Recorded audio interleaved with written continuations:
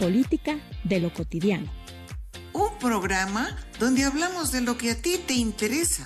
Porque tu realidad es nuestra agenda.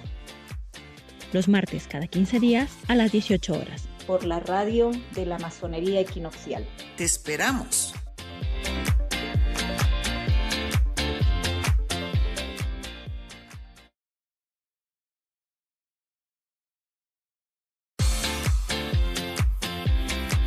Política de lo cotidiano. Un programa donde hablamos de lo que a ti te interesa.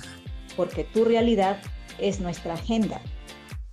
Los martes cada 15 días a las 18 horas. Por la radio de la Masonería Equinoccial. Te esperamos.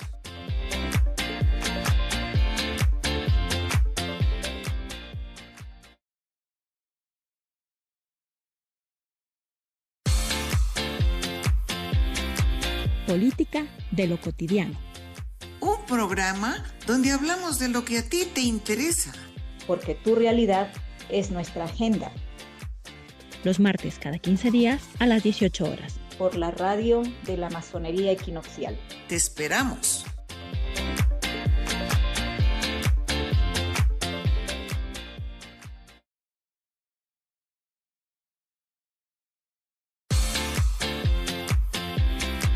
Política de lo cotidiano. Un programa donde hablamos de lo que a ti te interesa. Porque tu realidad es nuestra agenda. Los martes cada 15 días a las 18 horas. Hola, hola, buenas noches a todas y a todos. Qué alegría conectar con ustedes hoy 2 de junio del 2026 en Quito, Ecuador. Bienvenidos a Política de lo Cotidiano, a este espacio que nos hemos comprometido con la realidad cotidiana de todos. Quiero dar la bienvenida también a mis compañeras de la radio virtual, a Natalia Sánchez, aquí presente en el CED. Hola. Saludar a nuestras compañeras del programa, Cici Kingman, a Isabel Proaño y a Paulina Narváez. También agradecer a nuestros auspiciantes, al Segundo Supremo Consejo y a la Gran Logia Equinoccial del Ecuador, que han hecho factible abrir este espacio para transmitir desde su casa este programa de radio virtual. Agradecer a nuestro técnico que nos acompaña siempre. Ricardo, buenas noches. Buenas noches. Hoy vamos a tener un diálogo muy importante que le hemos llamado El embarazo adolescente es una problemática social. El programa de hoy está dentro de un especial que iniciamos hace 15 días y que analizamos el cómo entender, conectar y acompañar a nuestros adolescentes. Los que nos siguen deben recordar. ¿Por qué el tema? Porque es una etapa crucial en la vida de nuestros jóvenes. Porque esta problemática conlleva no solo decisiones individuales, es hablar de educación sexual, de violencia, de desigualdad, de acceso a la salud. Es también hablar de la familia, la escuela, las instituciones, las organizaciones y el Estado. Y el silencio que muchas veces deja a los adolescentes solos. En este programa vamos a conversar sobre las causas, los riesgos, las responsabilidades y sobre todo la prevención del embarazo adolescente con enfoque de derechos. Para conocer el tema hemos invitado a la doctora Miriam Moya, quien nos acompaña en el CED esta noche. Bienvenida, Miriam, a Política de lo Cotidiano. Gracias, Lucía. Muy bien. A propósito de este tema, nos gustaría que el público participe respondiendo a la siguiente pregunta. ¿Qué podemos hacer como sociedad para prevenir el embarazo adolescente?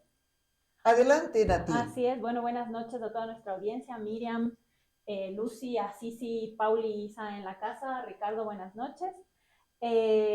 Comentarles que nos pueden escribir respondiendo a la pregunta que ha planteado Lucía por WhatsApp al 099-687-4564. También nos pueden enviar un correo electrónico a politicadelocotidiano@gmail.com.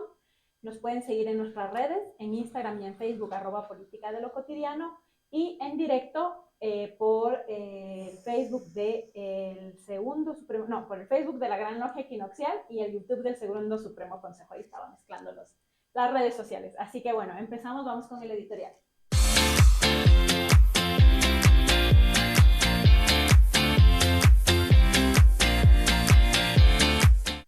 Hoy queremos hablar hablar de una realidad que muchas veces no se nombra, que sí se nombra en cifras, pero que se vive en cuerpos, familias, en las escuelas, en los barrios y en las comunidades, y es el embarazo adolescente en el Ecuador. Hay que empezar por decir algo con claridad. Cuando una niña o una adolescente se queda embarazada, no estamos solamente frente a una situación individual, estamos frente a una pregunta social, como planteaba antes Lucía. Una pregunta que nos interpela a todos como familia, como Estado, como sistema educativo, sistema de salud y como sociedad en su conjunto. De acuerdo a las cifras del INEC, del Instituto Nacional de Estadística y Censo del Ecuador, en 2024 se registraron 215.714 nacidos vivos. De ese total, 1.621 nacimientos fueron madres de entre 10 a 14 años. Y 30.580 nacimientos fueron de madres de entre 15 y 19 años. Es decir, más de 32.000 niñas y adolescentes fueron madres solamente en el 2024. En el grupo de 10 a 14 años, la tasa de nacidos vivos fue de 2 por cada 1.000 niñas. Y en el grupo de 15 a 19, de 39.5 nacidos vivos por cada 1.000 adolescentes. Estas cifras deben estremecernos. Veo aquí las caras de mis interlocutoras, porque es real. Porque cuando hablamos de niñas de 10, 11, 12, 13, 14 años, no podemos hablar simplemente de embarazo, como si fuera una decisión libre y pensada y madura. En muchos casos estamos hablando de abuso, de violencia sexual, de silencio, de miedo, de relaciones de poder, de ausencia de protección. Una niña embarazada es una señal de alarma para toda la sociedad. El INEC también muestra que la tasa de nacimientos en adolescentes de 15 a 19 años ha bajado en los últimos años, pero que la cifra baje no significa que el problema esté resuelto. Para nada. Significa que hay avances, podría pensarse eso, pero también que persisten desigualdades profundas, especialmente en los territorios donde hay más pobreza, menos acceso a la salud, menos información, menos oportunidades educativas y, por supuesto, más violencia. El embarazo adolescente no ocurre en el vacío, ocurre cuando una adolescente no recibió educación sexual integral, por ejemplo, ocurre cuando no tiene acceso a orientación o a servicios oportunos de salud, ocurre cuando en la casa no se habla del cuerpo, no se habla del consentimiento, no se habla del cuidado y mucho menos de los derechos. Ocurre cuando la escuela expulsa o juzga en lugar de acompañar o de educar. Ocurre cuando la pobreza reduce horizontes de futuro. Ocurre cuando una niña no sabe a quién pedir ayuda o cuando pidió ayuda y nadie la escuchó. Y aquí hay que decirlo sin rodeos. El embarazo adolescente reproduce desigualdad. Muchas adolescentes dejan de estudiar, muchas quedan atrapadas en trabajos precarios o en dependencia económica, muchas cargan solas con la maternidad, mientras los padres adolescentes o los adultos responsables desaparecen de sus vidas y de la conversación. Muchas son juzgadas por la misma sociedad que antes no les dio información ni protección y mucho menos oportunidades. Pero este tema no es solamente para la moral. No se resuelve con la culpa, no se resuelve con el castigo, no se resuelve diciendo eso pasa por irresponsables. Se resuelve con políticas públicas, con educación, con prevención, con salud sexual y reproductiva, con protección frente a la violencia y con acompañamiento real.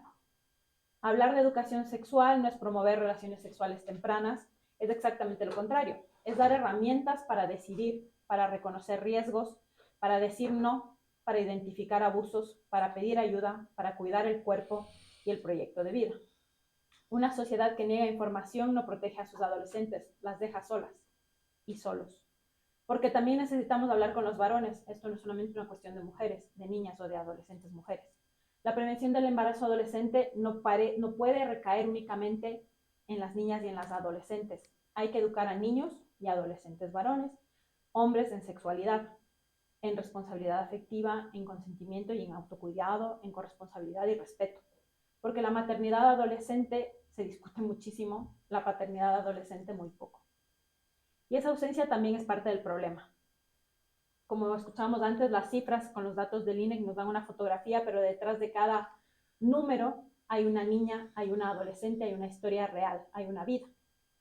Quizás hay niñas que dejaron el colegio, o niñas o adolescentes que fueron violentadas sexualmente, hay una familia que no supo reaccionar, hay un sistema que llegó tarde, hay una comunidad que pudo haber protegido y no lo hizo.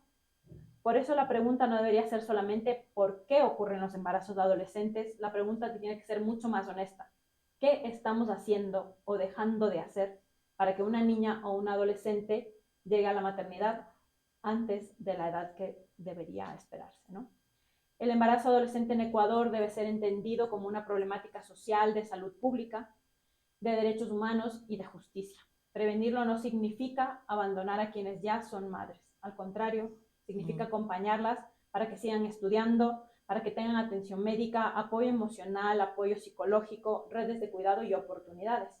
Pero también significa trabajar para que ninguna niña sea obligada a vivir una maternidad impuesta y para que ningún adolescente vea cerrado su futuro por falta de información, de protección o de oportunidades. Como sociedad tenemos una tarea urgente: hablar más y más abiertamente, juzgar menos, proteger más y actuar a tiempo. Porque cada niña debe poder ser niña, porque cada adolescente debe poder ser adolescente y seguir con su proyecto de vida. Por eso en Política de lo Cotidiano hemos querido topar este tema también dentro de nuestro especial de cómo entender a los adolescentes. Así que muchísimas gracias, Miriam, por estar con nosotras y empezamos. Muy bien. Vamos con la entrevista, Ricardo.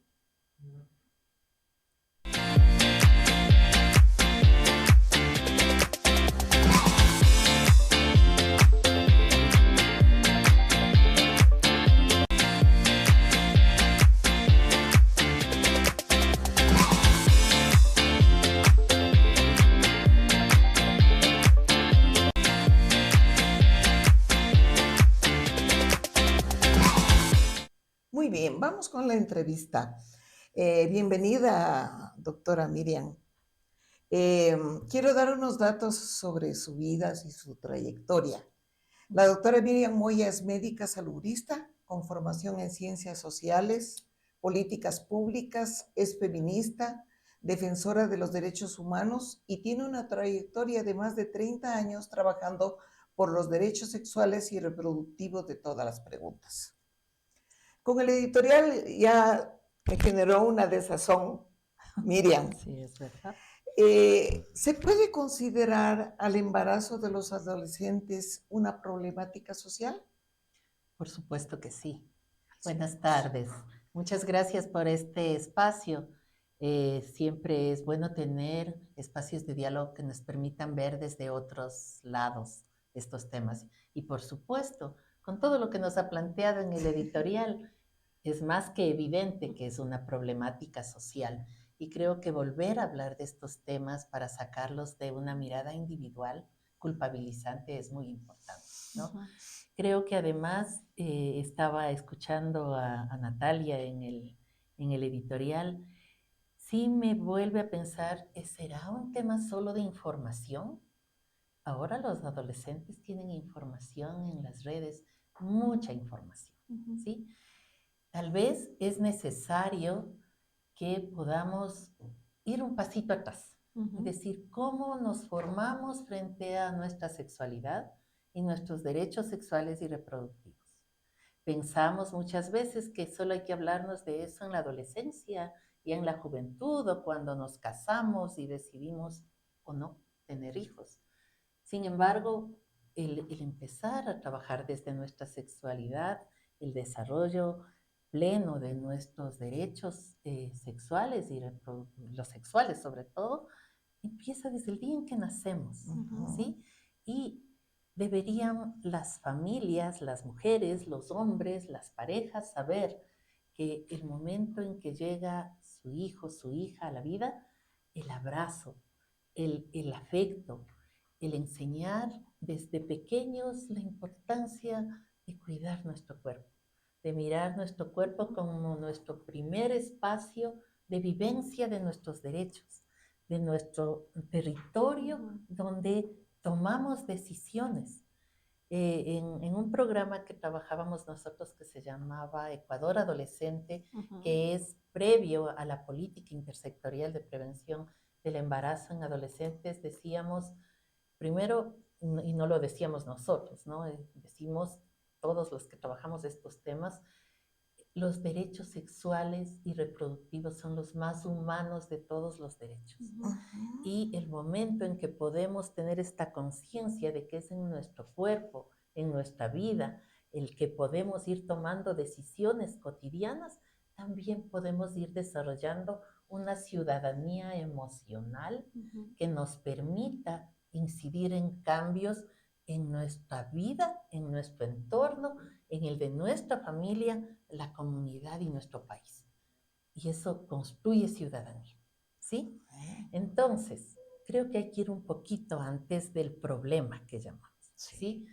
Si todos viviéramos esta noción de derechos sexuales desde nuestra niñez, si nuestras familias, nuestros padres, madres y acompañantes cotidianos nos permitieran ir haciendo esta reflexión desde el día a día, el momento en que tengamos que tomar la decisión de tener relaciones sexuales, de saber si quiero o no ser madre, de que si quiero embarazarme, esta decisión del embarazo debe ser, es una decisión, y que pensar en la maternidad como un espacio protegido, como un espacio acompañado y no solo como una responsabilidad de las mujeres y menos de las adolescentes, ¿sí?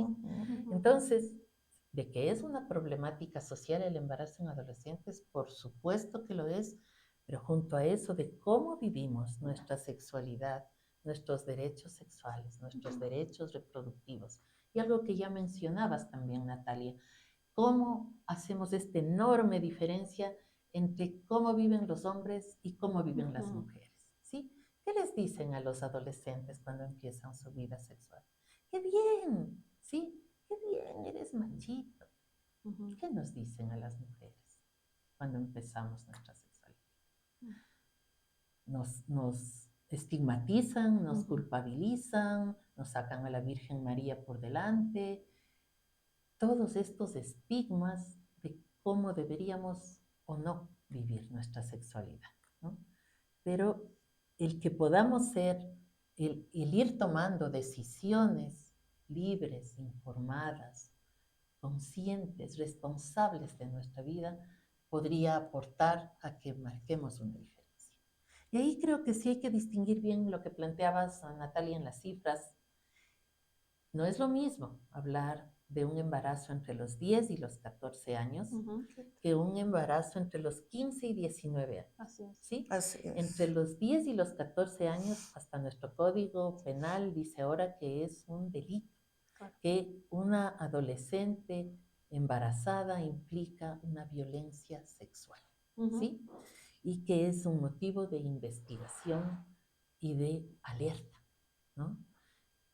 Y ahí tenemos que hacer estas diferencias culturales también, ¿sí? No es lo mismo hablar de una adolescente en Morona, Santiago, una de las provincias con las tasas más altas de embarazo en adolescentes, y entre 10 y 14 años alta, ¿no?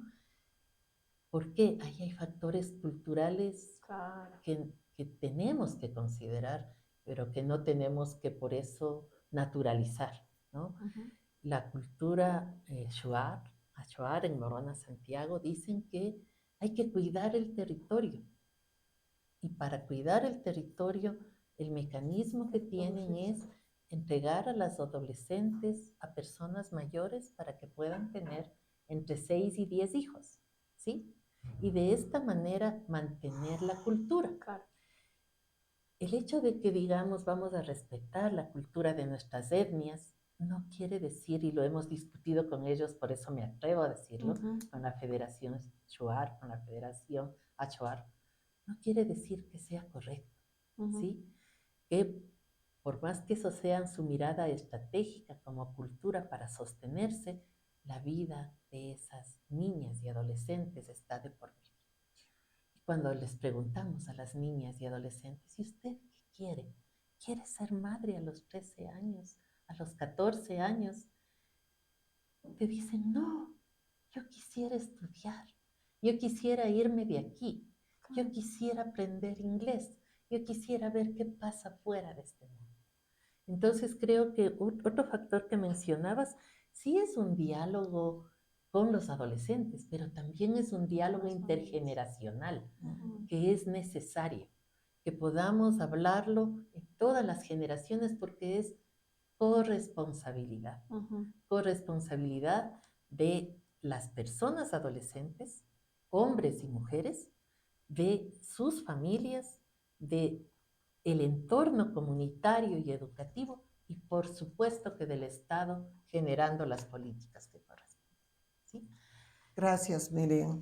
Qué complejo, oiga. Es un tema Qué complejo. complejo. La situación del embarazo en adolescentes en el Ecuador, ¿se podría hacer un análisis comparativo con lo que ocurre en Latinoamérica y a nivel global? Por supuesto que sí.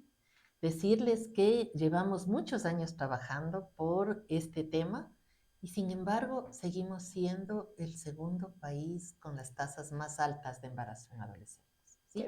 Qué bárbaro. Éramos el tercero y estuve revisando ahora las tasas, dicen que somos el segundo país después de Honduras. Entonces, es un problema serio. Claro. Y si analizamos, y estábamos conversando antes de empezar la entrevista, de cómo está la situación de salud, de educación, de protección, de justicia en nuestro país. ¿Sí? Sí, al lado de una problemática que ya es compleja, como dices, Lucía, y que los datos lo demuestran, y también, sobre todo, los testimonios, las vivencias de estas adolescentes que han perdido la oportunidad de vivir su niñez, su adolescencia, su oportunidad de estudiar, de aprender, o de tener que hacerlo en condiciones realmente difíciles, porque no hay políticas que acompañen. Si teníamos dificultades hasta el 2018, cuando se implementó la política de prevención del embarazo en niñas y adolescentes, y ya analizábamos qué importante que es el acompañamiento desde el sistema educativo, desde el sistema de salud, que haya mecanismos de protección que si es que hay violencia sexual, aborden inmediatamente en este momento de país, hoy, a 2026, cuando no tenemos insumos en el Ministerio de Salud, cuando hay desabastecimiento de anticonceptivos, cuando a pesar de todos los esfuerzos que sí se han hecho, que no lo podemos negar, tanto del Estado como de la sociedad civil y de la cooperación, para hacer programas de acompañamiento que prevengan el embarazo en adolescentes, el momento en que no contamos con los insumos básicos, no hay anticonceptivos, no hay personal de salud, hay menos personal de educación, tenemos menos presupuesto del Estado para los temas sociales, ¿no? Para el acompañamiento hasta la maternidad temprana, con los centros de cuidado que se debería tener. Eso agrava el problema ahora, ¿sí? Y por supuesto, estaba revisando también, y justo con las tasas que tú nos has mencionado, Natalia, pero claro que hemos bajado la tasa de fecundidad en adolescentes. A nivel general. A nivel general en la región, pero también en el país, ¿sí? Y veíamos cuando hacíamos la evaluación, la actualización de la política intersectorial de prevención del embarazo en niñas y adolescentes, que a lo mejor la meta que nos pusimos estaba como más fácil, porque sí logró bajar la tasa de fecundidad adolescente en algunos puntos, de 2.8 a 2.1, ¿sí? Meta cumplida, podríamos decir, en la política, ¿sí? Meta superada. Pero cuando vemos que la problemática no ha cambiado fundamentalmente, y que si vemos, quiero poner algo que también nos tiene que poner a pensar en este momento de país, si vemos qué está pasando en las provincias de la frontera norte, donde la violencia ha aumentado muchísimo, si vemos qué pasa en la frontera sur, si vemos los altos índices de violencia por los grupos organizados delincuenciales, ¿sí? Las niñas y adolescentes se han vuelto una mercancía de cambio para evitar que les vacunen, los grupos delincuenciales para tener protección, ¿sí? Para tener comida. No. Qué bestia. ¿Sí? Terrible, es que es terrible. Entonces, Está ya hablando no es usted de solo causas estructurales. estructurales que tendríamos que resolver y que no son solo con el que mejoremos desde el Ministerio del Interior a las fuerzas especiales, ¿verdad? Claro. Es disminuir la pobreza, Claro. es que las adolescentes y los adolescentes tengan otras oportunidades, que puedan verdaderamente estudiar, que puedan en estas zonas de alto riesgo, de alta violencia, tener la protección que necesitan, que sus familias tengan el sustento para que no tengan que hacer trata de personas con ellas, ¿sí? Y de esto se habla poco, ¿no? Cuando la señora vicepresidenta en noviembre presentó la política intersectorial, la actualización de la política intersectorial de prevención del embarazo en adolescentes, decía, vamos a bajar más la tasa de fecundidad adolescente, al 1%, decía ella, ¿no? Pero la pobreza, a pesar del informe del señor presidente que a mí me hace sentir en otro país, la pobreza no ha bajado. Y en las zonas como Esmeraldas, como Morona, Santiago, las provincias amazónicas, las zonas rurales de Guayas, de los ríos, no ha bajado la pobreza, ¿no? El acceso a educación en condiciones adecuadas no ha cambiado. No ha cambiado. La situación de salud, el acceso a servicios de salud de calidad, tampoco es que ha mejorado en este periodo. Entonces, para no perdernos en lo estructural. Ya. Hay problemas estructurales que hacen la base del embarazo en niñas y adolescentes. Que si no se resuelven, lo que hacen es una continuidad a este proceso. Pero sí hay cosas que nosotros podemos hacer en el día a día y que de hecho se ha trabajado mucho porque logremos hacerlo, ¿no? No solo trabajar con los adolescentes los temas de sexualidad y derechos sexuales y reproductivos, nos toca trabajar con sus padres y madres y acompañantes, ¿sí? Para que podamos prevenir desde la familia o los diversos tipos de familias que tenemos, pero también que haya una comunidad acogedora que haga que hablar de estos temas no siga siendo tabú. A 2026 y seguimos teniendo miedo de hablar de algunos temas, ¿sí? Los fundamentalismos religiosos han tomado muchísima fuerza de todos los lados.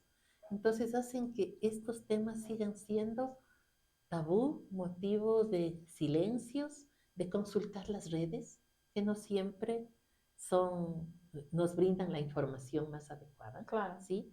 No podemos garantizar que sea información científica, con evidencia, oportuna. Entonces, el poder trabajar esto en los espacios comunitarios también es importante.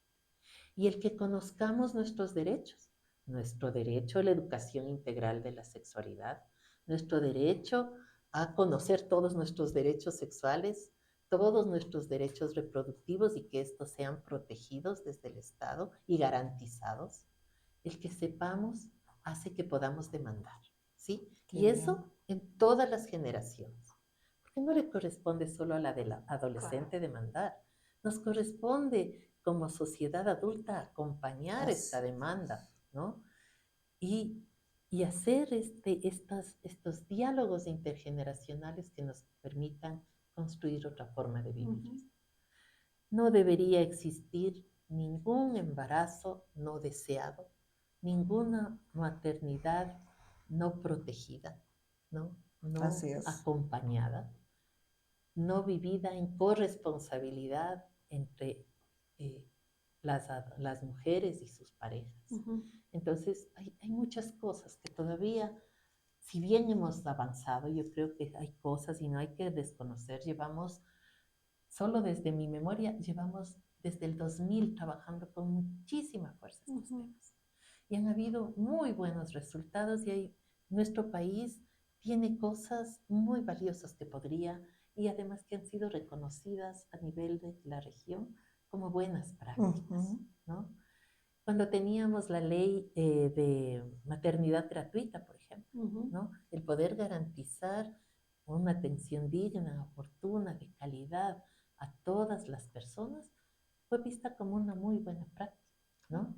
El que tengamos nuestros espacios de atención a adolescentes en los servicios de salud, estos espacios amigables para adolescentes, fue evaluado como una muy buena práctica. Claro, porque, por ejemplo, en estos temas, yo creo que justamente por cómo es nuestra sociedad, ¿no? Así como bastante conservadora, eso es, iba a decir. Diga nomás. Chupa iba a decir.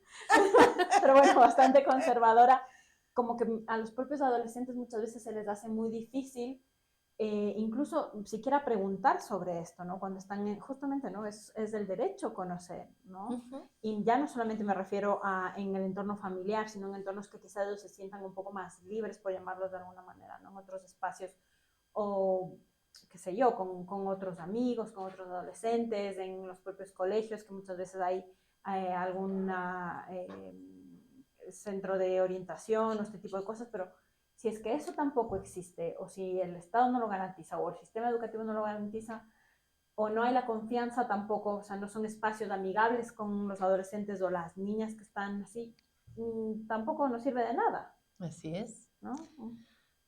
Sí, necesitamos, o sea, y no es falta de metodologías, pensaba ahorita escuchándote. Hemos trabajado con los docentes para que tengan todas las herramientas para hacer educación integral de la sexualidad. Hay metodologías hermosas que se pueden aplicar en el sistema educativo, pero también a nivel de la comunidad, ¿no?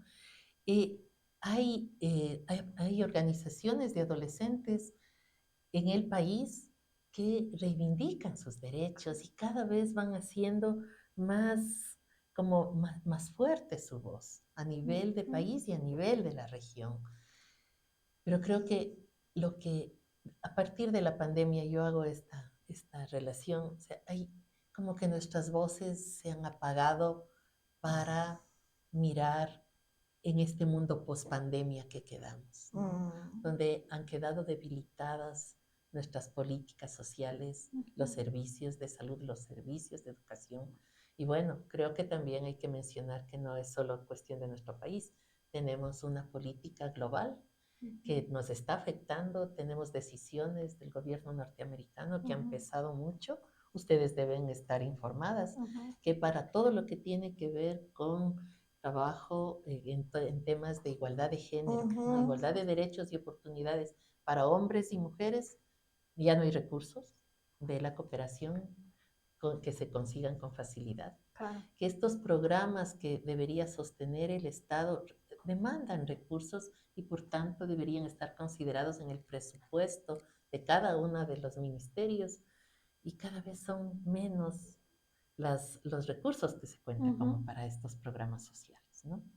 Educación integral de la sexualidad desde la primera infancia debe cruzar todo lo que hacemos desde que nacemos, ¿no? ¿sí? Pero entonces hay que educar a los padres. A los padres. Y eso les comentaba este programa que se llamaba Ecuador Adolescente, que fue un acuerdo de cooperación entre el gobierno ecuatoriano y el gobierno de Bélgica, que nos dio las bases como para ir poniendo qué queríamos decir en la política. Tuvimos primero el ENIPLA, ¿sí? Desde el Ministerio de Salud, y luego la política intersectorial por fin. Pero cuando evaluamos el programa, en su primera fase, ¿saben qué nos dijeron los adolescentes? Y nos encantó que nos lo digan. Después de 5 años de trabajar este tema, nos dijeron, lindo lo que han hecho con nosotros, qué chévere que trabajen con nosotros. Pero, ¿ustedes creen que solo hablando con nosotros van a cambiar eso? No, eso fue y no lo hacíamos, ¿verdad? Trabajábamos con todos, pero ellos sentían que les poníamos toda la carga a ellos cuando no estábamos hablando con sus padres y madres. Decía, ¿qué hago yo? Si conozco todos mis derechos y llego a mi casa y mi mamá le digo, mamita, tal vez necesito un condón. Porque y la mamá quiero. ¿No? Y la mamá decía, cállate, hijo, porque no había Claro. cómo hablar de esas cosas. Claro. Entonces, creo que eso ha cambiado un poco, pero no fundamentalmente, Ujú. ¿sí?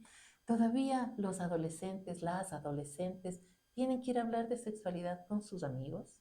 Bueno, en las redes ahora, mucho en las redes, han visto cómo intercambian Sí. mensajes, fotos, todo. Entonces, ya no es solo falta de información. Si vemos que necesitamos generar espacios de acogida, de confianza, de afecto, de escucha, Ujú. de escucha que intercambie realmente contigo, y tienen que ser padres, madres y acompañantes de los adolescentes, sus maestros, los profesionales de salud, y una sociedad que nos permita hablar de estas cosas, ¿sí? Y que no haga las diferencias que mencionabas, Natalia, que no haga diferencias con los hombres y las Claro, mujeres, es que que podamos ir construyendo estos espacios de acompañamiento amoroso entre nosotros. Juntos. Todos, juntos. Y Claro. juntos. Porque sí, vos decías, hablamos de la maternidad adolescente, Claro, pero de la paternidad. pero de la no. paternidad muy poco, y mejor, si no es responsable, mejor. Las familias no acompañan esa Así es. reflexión. Así es. Ujú. ¿Sí? Y la sociedad tampoco. Miriam, usted ha identificado casi la mayoría de las causas, ¿no? Ujú. La falta de información, la falta de acompañamiento, la falta de comprensión de los padres, que es un tema intergeneracional. Pero yo pienso en una niña que va a ser madre sin haberlo pedido ni reflexionado y por falta de información. ¿Cuáles son las consecuencias para este ser humano que está abocado a una situación así? Ahí también depende del espacio en el que esté, ¿verdad? Si es que es una adolescente de un estrato social muy pobre, si no tiene, ya era difícil que acceda a la educación media y peor a la Así es. superior.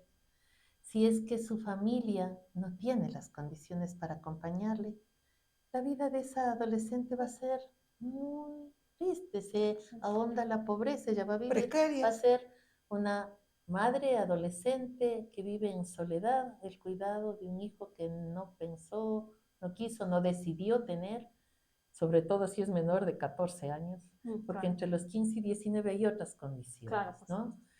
supuesto. Pero por eso mismo es que necesitamos también pensar en la maternidad temprana y el tipo de acompañamiento que tenemos que hacer como sociedad. Ujú. Y el cómo debemos pelear porque el sistema educativo no expulse, porque eso también pasa. O sea, aunque ya hay toda la reglamentación, las sanciones que deben tener las instancias educativas que expulsan, pero hay muchas maneras de expulsar Y aquí, a la adolescente embarazada. Claro, es que eso ¿no es iba a cierto? decir, porque luego por lo general se expulsa a la madre, o sea, a la adolescente embarazada, y no al padre, ¿no? Ujú. Sí, es verdad. O sea, es que yo lo he visto, o sea, como Ujú. esto hace muchos años, cuando yo estaba en el colegio, esto pasó con una compañera mía, que nosotras hicimos, éramos niñas, o sea, teníamos 14 años, una amiga nuestra quedó embarazada, algunas amigas nos juntamos, y además estábamos en un colegio católico, juntamos para que no expulsen a ella, o sea, la intención era no la expulsen, ella tiene todo el derecho de seguir estudiando. Y el colegio, su respuesta fue expulsar a los dos. Que eso no es la solución, o sea, No es la imagínense hace solución. cuántos años es esto, o sea, Claro, tengo pero 42. ahora, Es agravar el problema. Por supuesto, claro. pero es que ahora no hay es la solución. reglamentos, hay una política, y parte de la política intersectorial de prevención del embarazo en niñas y adolescentes que compromete al Ministerio de Salud, al Ministerio De educación. de Educación. Yo no me entra el nombre del Ministerio de Inclusión, es el Ministerio de, ¿cómo se llama Inclusión ahora? económica y social. Así No, se así llamaba, se ahora llamaba ya no antes. se llama así. Inclusión social. Bueno, pero sabemos Y que ahora- es el de... Bueno. Ahí tiene el ministerio que tiene que garantizar la protección, el bienestar, y tiene que ver también con todo el sistema de justicia. Ujú. Las 4 instancias tienen que garantizar de manera intersectorial Ujú. la prevención del embarazo en niñas y adolescentes, la protección de estas niñas y en el caso de la maternidad temprana, la protección de la madre, el niño, niña y su entorno, ¿sí? Está reglamentado. La deserción escolar no debería permitirse ni porque ella quiera irse, peor porque el sistema educativo le discrimine o le expulse. Y está reglamentado. Entonces, el que conozcamos estas leyes y políticas también es muy importante. El que tengamos espacios como este de información, de discusión colectiva, de irnos brindando esto que a lo mejor está en el registro oficial 191, pero nosotros no sabemos dónde está, ¿verdad? Ujú. El saber que tienen derecho a ser protegidas, ¿no? Que tienen derecho a tener un ingreso, y por eso había hasta algunas iniciativas bien bonitas que se estaban construyendo entre algunas instancias de la cooperación para ver cómo acompañar a las madres adolescentes, primero para garantizar que no abandonen los estudios y luego para que tengan acceso a ingresos que les permitan sostenerse con dignidad a ellos, a sus familias. Pero todas estas propuestas requieren salir de la propuesta piloto, digamos, para hacerse propuestas nacionales y de política pública que permita que sea así, ¿no? De todas maneras, creo que si conocemos estas, tal vez desde varios otros espacios las podemos ir impulsando, ¿no? Y decías, ¿cuál es el futuro de esta adolescente? Ahí no tenemos que olvidarnos que la población no es homogénea, entonces tenemos que ver la clase social, la etnia, la procedencia geográfica, ¿dónde está? No es lo mismo ser una adolescente clase media de 14 años embarazada en Quito que ser una adolescente en las mismas condiciones en la frontera, en las provincias amazónicas, en las zonas como de alto riesgo, sí, como Manabí y Esmeralda, ¿sí? Entonces, nos toca hacer este análisis en el territorio, mirando las condiciones sociales, económicas, políticas, no solo de la familia, no solo del adolescente, sino del entorno. Y si es que lo tomamos en corresponsabilidad de todos los que estamos alrededor, ¿sí? El momento que dejemos de ver, María Fernanda se embarazó, pobrecita. No pobrecita, o sea, es un sujeto de derechos, es una persona sujeta de derechos y todos nosotros necesitamos comprometernos con eso, ¿sí? Y la mejor manera de comprometernos es primero conociendo que hay políticas que defienden, que preservan, que protegen, que previenen y que las tenemos que exigir que se implementen, ¿sí? Y luego generando estos entornos de acompañamiento para la decisión que sea.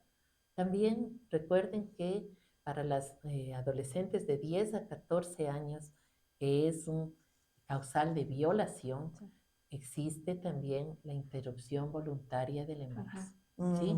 Que fue aprobada el año pasado. Así es. Todos los debates que tuvimos y el número de semanas que se puso hasta las 12, ¿sí? Pero existe también esta posibilidad y tenemos que analizarla. Y no es una decisión, ahí sí, no es una decisión en soledad. Se requiere de estos espacios de acompañamiento que permitan a la adolescente tomar la mejor decisión para su propio bienestar. ¿Sí? Como verán, podríamos hablar muchísimo de este tema. Hay muchas cosas, Miriam, tiene muchas aristas. Claro, pero a mí sí me preocupa que también los padres que están viviendo con chicos adolescentes, pero también con los niños, que usted dice, uno tiene que educar en la sexualidad desde la niñez, para que vayan aprendiendo sus derechos, su cuerpo, la responsabilidad que tienen. Entonces, hay una corresponsabilidad con los padres y con la comunidad. Así es. Para entender que estos problemas pueden darse en cualquier momento, en cualquier familia. ¿Cómo tienen que orientarse, educarse los padres en esta situación? ¿A dónde tienen que acudir? qué ministerio acoge, qué posibilidades hay para que ellos se informen. En el marco de la política de prevención del embarazo de niñas y adolescentes, primero hay los programas para los adolescentes, para los docentes y para sus familias. ¿Sí? El Ministerio de Educación es el primer responsable, ¿no?, de ir generando estos espacios de diálogo con las familias. Y eso es no importa que sea la unidad educativa en la comunidad de Rucuyacta, en el Napo, o aquí en el barrio de Chillogallo, ¿sí? Eso es para todos. Luego hay varios espacios y iniciativas que se han ido desarrollando que habría que ver cómo se están sosteniendo.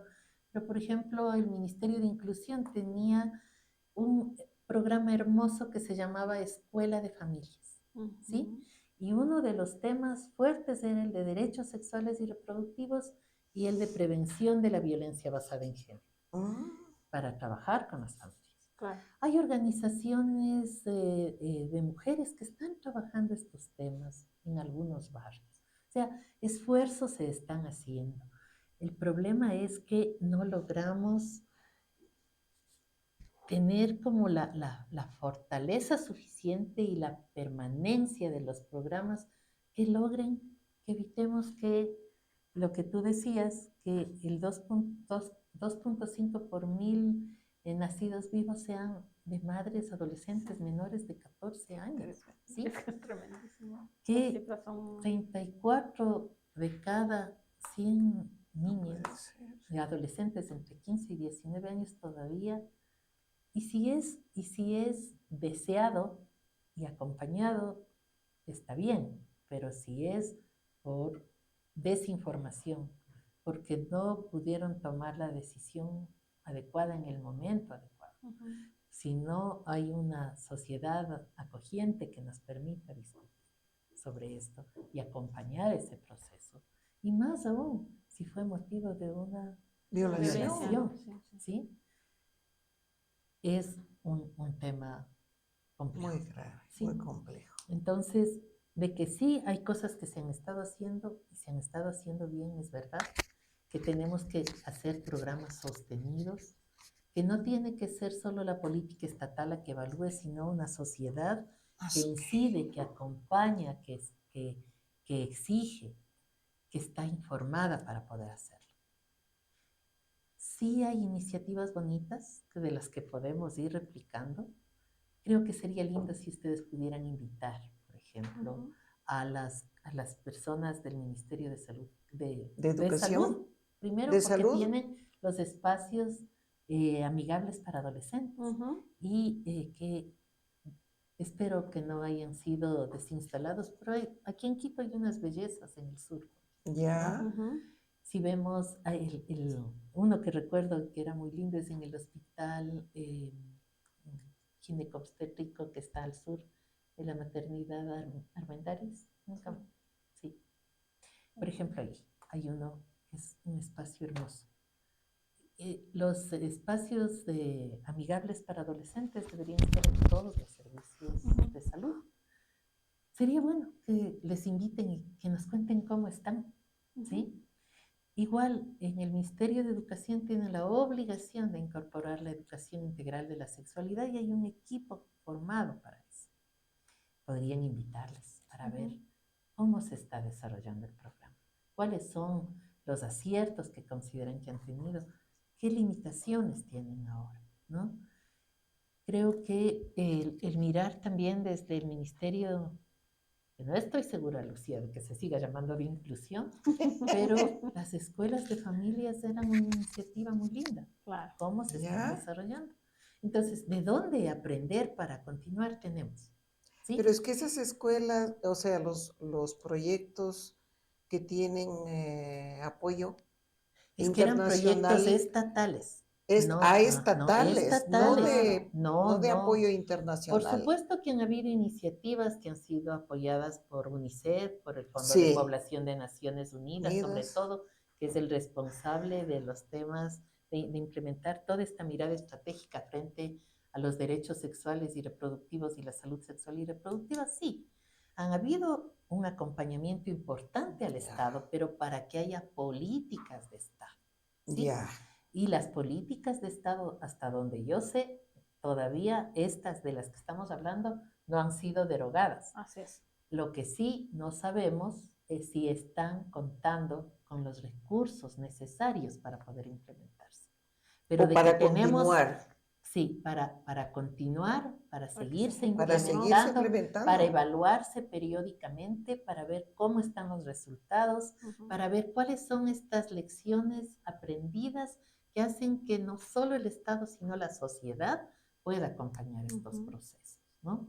Entonces, creo que la tarea que ustedes tienen es muy valiosa, porque implica informar, implica debatir, implica dar elementos para hacer incidencia y que nuestros derechos desde el Estado se Muchas gracias. Ministerio de Desarrollo Humano, dice. De desarrollo ya humano, perdón. Gracias. Yo estoy entonces con el... Sí, es que nos quedamos con el otro. Con la el idea. de inclusión social. Muy bien. Vamos solicitando al público. Al público, sí. Tenemos saludos de Jorge Briones Villenas. Mi amigo. Dice, sería importante dar a conocer estadísticas de costa, sierra, grupos por edades. ¿Qué países tienen el índice más bajo? Si se tiene referencia de alguna estrategia de los que tienen el índice más bajo, también sería importante, nos dice. Luego, Pedro René Rosero nos dice, tema tratado con absoluta profundidad, felicitaciones. Así que, chicas, felicitaciones. Arturo Alessandri nos manda saludos desde el puerto de Manta. Eso. Muchas gracias. A ver, si pensáramos en las provincias, ¿no? Donde están los más altos índices de embarazo en adolescentes son las amazónicas, ¿sí? Ahí está Morona, Santiago, Pastaza, Napo, Sucumbíos. Si pensamos en la región del litoral, Esmeraldas a la cabeza, Manabí, Santo Domingo, los ríos Colorados. Los ríos están un poco menos. Si pensamos en la sierra, sobre todo las provincias donde hay población indígena, Chimborazo, Cotopaxi tienen de las tasas más altas, ¿no? Justamente las que tienen... y cuando vemos las que tienen poco acceso y también la no presencia del Estado, como debería ser.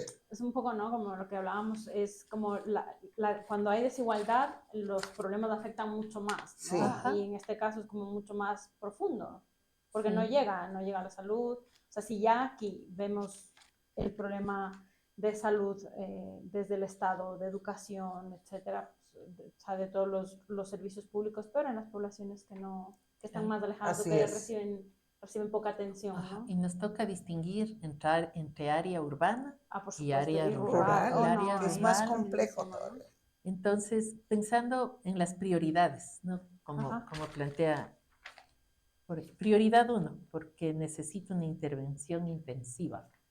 Ahí está Morona, Santiago, Orellana, Sucumbíos, Napo, Pastaza, Esmeraldas y Los Ríos. Si pensamos en la prioridad 2, que hay que hacer una atención focalizada, está Manabí, Santo Domingo, Santa Elena, El Oro, Chimborazo, Cotopaxi y Bolívar. Y como prioridad 3, porque implica sostenimiento, vigilancia, pero están en mejores condiciones, está Pichincha, Azuay, Loja, Tungurahua, Carchi y Galápagos. En Carchi siempre me he quedado pensando, porque tiene la tasa más baja de embarazo en adolescentes del país. Mira. Yo viví ahí unos 6 meses y me hizo mucho pensar porque hay cosas que no se registran. Y ahí me tocó enfrentar casos de madres que asumían la maternidad de su hija adolescente porque la ocultaban, la sacaban del colegio para que no sepa nadie que está embarazada, y luego era el hermano, ¿no? Entonces, si bien tiene la tasa más baja, yo sí, después de estar ahí, me quedé pensando, ¿cuál es el subregistro? Claro. Y cuando fuimos al hospital a ver el número de embarazos de adolescentes, había un número altísimo de embarazos, de partos, de adolescentes menores de 14 años, que todavía no estaban ni registrados como violencia sexual, ¿sí?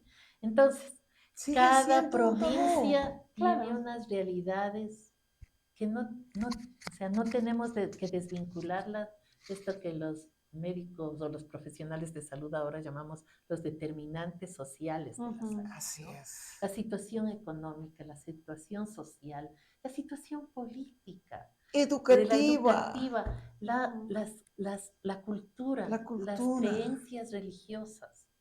Todo eso pesa en este tema, ¿sí? Y finalmente, ¿qué hace? Que haya las oportunidades de vivir la adolescencia mucho menores para estos adolescentes, ¿no? Y que si pensara el Estado de manera hasta estratégica, podría invertir más en estos temas y se ahorraría lo que son estas oportunidades perdidas. Es decir, hay que enfrentar... Estudio costo de oportunidad, no recuerdo ahorita exactamente el nombre del estudio que hace el UNFA, que lo ha actualizado y que dice que 270 millones de dólares pierde del Producto Interno Bruto, pierde el Estado porque no puede prevenir el embarazo en adolescentes. ¿Sí? Bueno, mucho para conversar. Sí, muchas gracias. Muchísimas gracias, Miriam. Voy a hacer unas mini conclusiones porque vamos como con el tiempo justo. Nos quedamos con la idea de que es un tema, evidentemente, no solamente de los adolescentes, sino que hay que tratarlo, y ni siquiera solamente del Estado, ¿no? Sino que es un tema de la comunidad mismo, de estar abiertos, de eliminar los tabúes, de hablar de los derechos sexuales y reproductivos desde el primer día en que nacemos, porque es nuestro cuerpo, ¿no? Es nuestro territorio, como decía, nuestro primer... lo primero es de donde tenemos que proteger y exigir los derechos, ¿no? Entonces, como que esto es muy importante y creo que esta visión nos ayuda a tener como justamente una visión más amplia de esto, que va más allá solamente del tema sexual, ¿no? Y sobre todo que es una corresponsabilidad de todos, de adolescentes, de hombres, de mujeres, de familia, del entorno comunitario, educativo, del Estado, que necesitamos tener acompañamiento, que necesitamos también hablar con cercanía con nuestros adolescentes, y que si bien hay un problema, o sea, que hay problemas estructurales que deben resolverse, como la pobreza, la educación, la violencia, que ahora está lamentablemente muy arraigada en nuestros territorios, que agravan mucho toda esta desigualdad, ¿no? Entonces, que agravan evidentemente el problema con nuestras adolescentes y nuestros adolescentes. Así que bueno, desde Política de lo Cotidiano, Lucy, planteamos seguir hablando de este tema, seguir trabajando, que invitar, como nos planteaba Miriam, a otras instituciones y a otras personas que puedan venir a contarnos Ministerio de Educación. análisis. Sí, Ministerio de Educación, el Ministerio de Desarrollo Humano y el Ministerio de Salud también, para que podamos seguir tratando estos temas a futuro, porque sí que nos interesa también el estado de la cuestión, ¿no? Más allá de este análisis tan amplio y tan enriquecedor que hemos hecho con Miriam, pero también el saber qué se está haciendo, ¿no? Así que ahí muy estamos. bien. Lucy, no sé si quieres decir algo más. No, nada más darle paso a Paulina Narváez, por favor.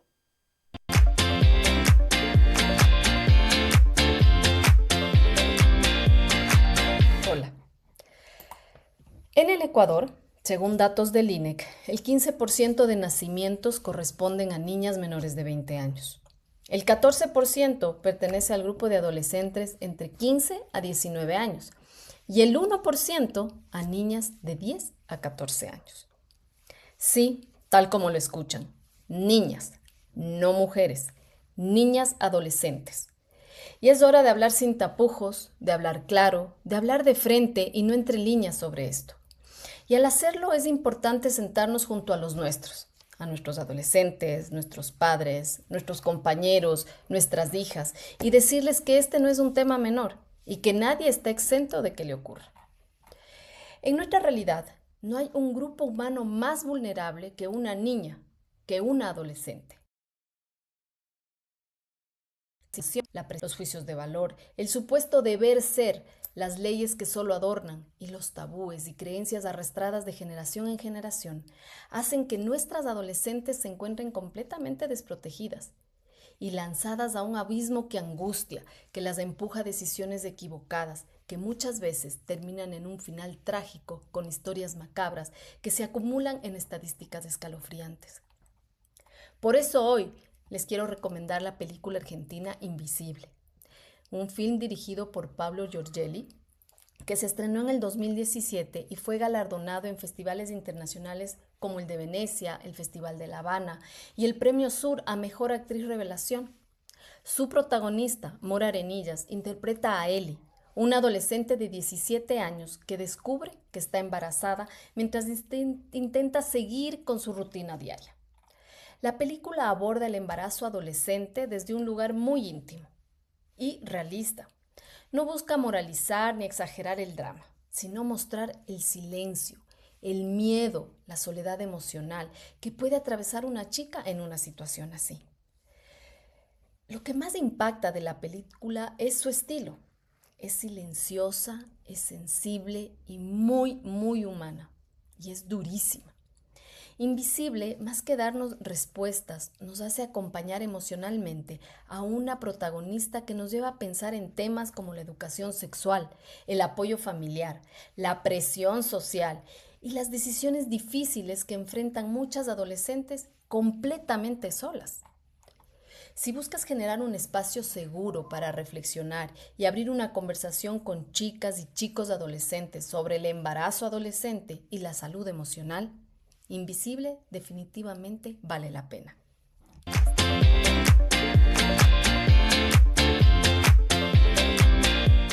Agradecerle a Paulina Narváez por siempre esa extraordinaria participación. Si es posible, les mandamos la película. Sí, mandamos el link, está en YouTube. Está en YouTube y les podemos mandar para que vean y reflexionen sobre este tema. También quiero anunciarles que en este programa especial que estamos hablando sobre los adolescentes, el siguiente programa, que es el martes 16 de junio, vamos a hablar sobre el bullying en adolescentes y sus consecuencias. Muy bien, creo que ya hemos llegado al final de esto, un poco con el dolor del corazón y la responsabilidad de seguir profundizando y sobre todo educando a la población sobre lo que nos corresponde atender a este tipo de población que es tan frágil y que hay que apoyarlo con acompañamiento. Queremos agradecer a Miriam Moya por comentarnos sobre este tema tan importante, los embarazos adolescentes, y lograr entender cuál es la corresponsabilidad de las personas, las familias, las organizaciones y el Estado.